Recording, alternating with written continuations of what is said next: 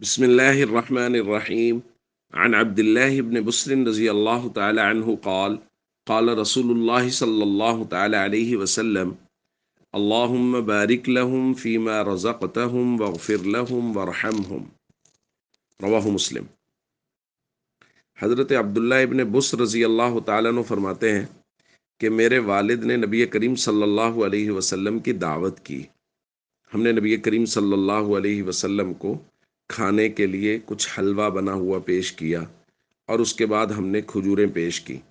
نبی کریم صلی اللہ علیہ وسلم جب بالکل تشریف لے جانے لگے تو میرے والد نے نبی کریم صلی اللہ علیہ وسلم کی سواری کی لگام پکڑی اور عرض کی ادعو اللہ لنا، یا رسول اللہ ہمارے لیے اللہ سے دعا فرما دیجئے۔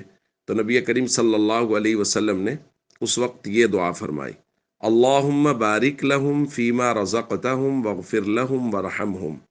اے اللہ، جو تو نے ان کو رزق دیا ہے اس میں ان کے لیے برکت عطا فرما، ان کی بخشش فرما اور ان پر رحم فرما۔ دوستو، یہ دعا ہے جو ایک مہمان کو چاہیے کہ وہ میزبان کے لیے کرے، اور دوسری روایت میں نبی کریم صلی اللہ علیہ وسلم نے یہ دعا تلقین فرمائی، اللہم اطعم من اطعمنی واسقی من سقانی۔